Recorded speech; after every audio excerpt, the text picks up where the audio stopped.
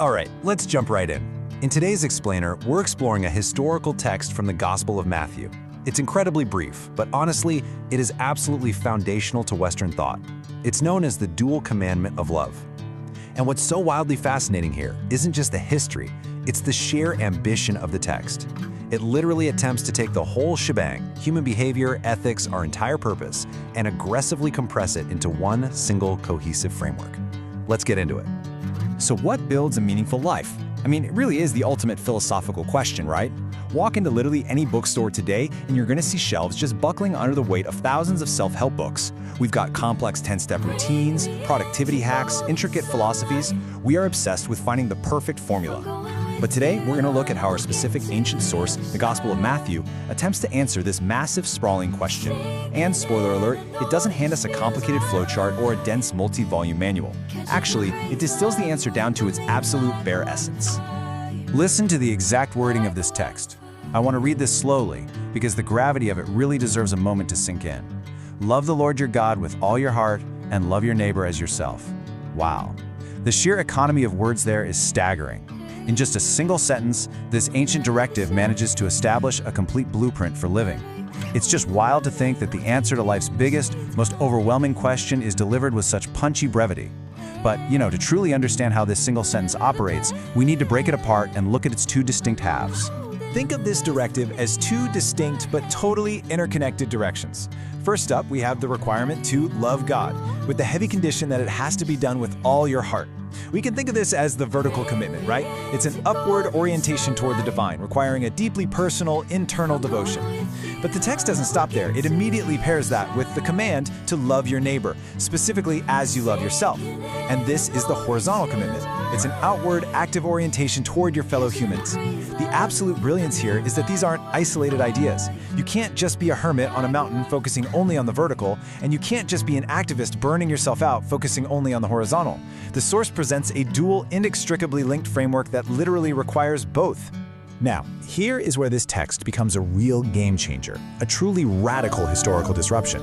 The source material explicitly notes that Jesus summarizes the entire moral law in just these two interconnected commands. To appreciate that, we really have to put ourselves in the shoes of someone living back then.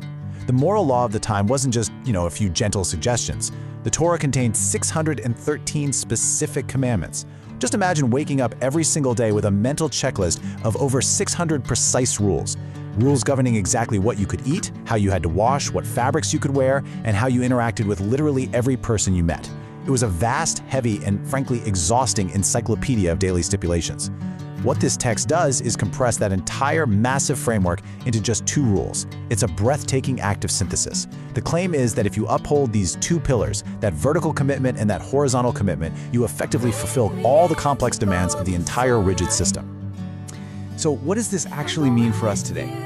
Well, when we step back from the ancient historical context, we arrive at a beautifully simple, overarching philosophy. A meaningful life is built on love. This source suggests that ultimate meaning isn't found in rigidly memorizing a vast rulebook. It isn't found in ticking off a daily checklist of chores just to prove you're a good person.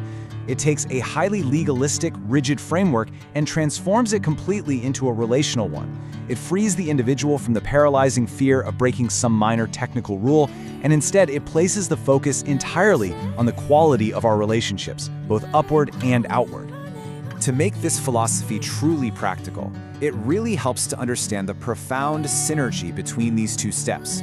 Step 1, love for God. Step 2, love for others. They're sequential, for sure, but they are absolutely meant to operate together. In this framework, you genuinely cannot have step 2 without step 1. Think of the upward love in step 1 as the power source. It's like a battery. By cultivating that vertical connection, you are filling yourself up. That foundation inherently fuels and creates the capacity for the outward action required in step 2. It solves the modern problem of burnout perfectly, because, well, you can't pour from an empty cup. This text argues that by first connecting deeply with the divine, you generate the profound, sustaining love required to actually go out and truly love your neighbor. It's a complete emotional and spiritual ecosystem. We've explored how a massive, exhausting system of over 600 ancient rules was radically distilled down into a simple, dual commitment of vertical and horizontal love. But, exploring historical and philosophical structures only matters if we let them challenge us in the present moment. So I want to leave you with a question derived directly from the immense weight this text places on our outward actions. If the entire moral law, everything that truly matters, rests entirely on love, how are you treating your neighbor today? Take a moment, think deeply about that horizontal commitment in your own life.